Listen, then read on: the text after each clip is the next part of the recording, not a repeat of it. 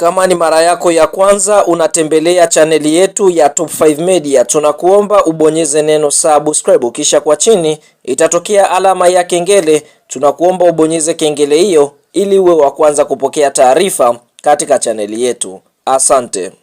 Kimichezo ambayo tunakwenda kuiangaza mezani siku ya leo ni kuhusiana na kile ambacho kimeweza kujiri tarehe 8 ya mwezi wa 8 mwaka 2026, ambapo tumeweza kulishuhudia moja ya tamasha bora kabisa kwa kutokea hapa nchini Tanzania, hata nje ya mipaka ya Tanzania, ambapo tamasha hili ni ile siku ya kilele cha siku ya Simba Day, ambapo Simba walikuwa wakiadhimisha miaka 90 tokea klabu hiyo ilipoanzishwa, ambapo kwa upande mwingine tamasha hilo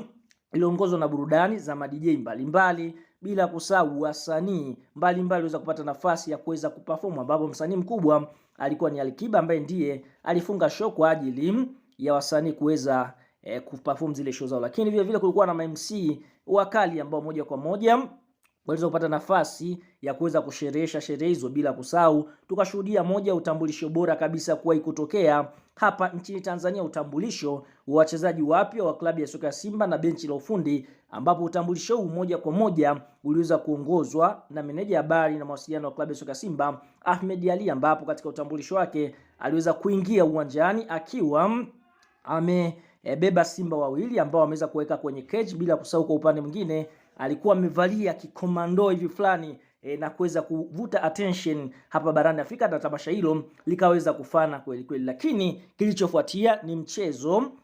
ambao mchezo huu ulikuwa ni wa kirafiki kati ya kikosi cha timu ya soka ya Simba Sports Club, mchezo ambao Simba walialika Kenya Police, na mchezo huo uliweza kumalizika kwa klabu ya soka ya Simba kuweza kupoteza kwa bao 1-0 dakika za jioni. Elvis Rupia, mchezaji ambaye alikucheza EF na Singida Black Stars, ndiye ambaye kwa upande mwingine aliweza kuiangamiza klabu ya soka ya Simba kwa kuweza kufunga bao safi na kuweza kuifanya siku hiyo kutokufana kwa mashabiki. Lakini matukio mengine yalikwenda poa, lakini kwa upande wa mechi tunaona mashabiki wengi walisikitishwa na klabu ya soka ya Simba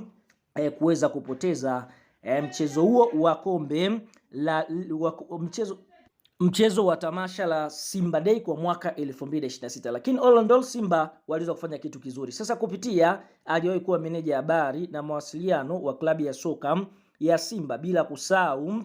meneja habari na mawasiliano wa klabu ya soka ya Yanga, ndugu Haji Sunday Manara, ambaye amekuwa na mchango mkubwa sana katika mpira wa miguu nchini Tanzania, siku ya leo ameweza kufunguka kile ambacho ameweza kukiona kutoka katika tamasha ambalo Simba wameweza kulifanya, kisha akatoa tathmini kuelekea katika tamasha la Yanga Day ambalo linatarajia kufanyika siku ya leo. Manara anasemaje? Cha kwanza,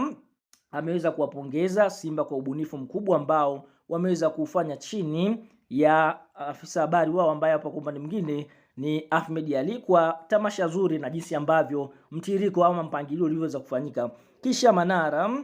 ngoja tunukuu kile ambacho Haji Sunday Manara ameweza kusema kutoka katika tamasha ambalo klabu ya soka ya Simba wameweza kulifanya, ikiwa ni tamasha la siku ya Simba Day. Manara kupitia mtandao wake wa Instagram ameweza kuandika kitu kinachosema hivi: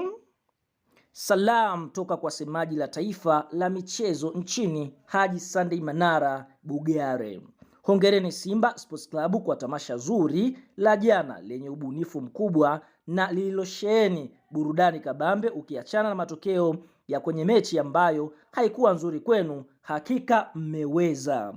All the best da Young Africans soka leo kwenye tamasha kubwa la siku ya wananchi, na tutegemee kupata burudani ya kutosha kwa watakokwenda stadium na sie tutakao kuwa majumbani. Kachangamsheni nchi na matukio bora tunayotarajia jioni ya leo, hakika mtaweza. Huyo ni Haji Sunday Manara akipongeza klabu ya soka ya Simba kwa kuweza kufanya tamasha zuri, bila kusahau kwa upande mwingine ameweza kuwatakia kila la kheri klabu ya soka Yanga kuelekea katika tamasha leo. Naamini kwamba klabu ya soka Yanga nao pia watakwenda kutendea haki tamasha hilo, litakuwa na burudani na kuweza kuwaburudisha watu ambao wako majumbani na wale ambao wameweza kwenda katika uwanja wa Uhuru.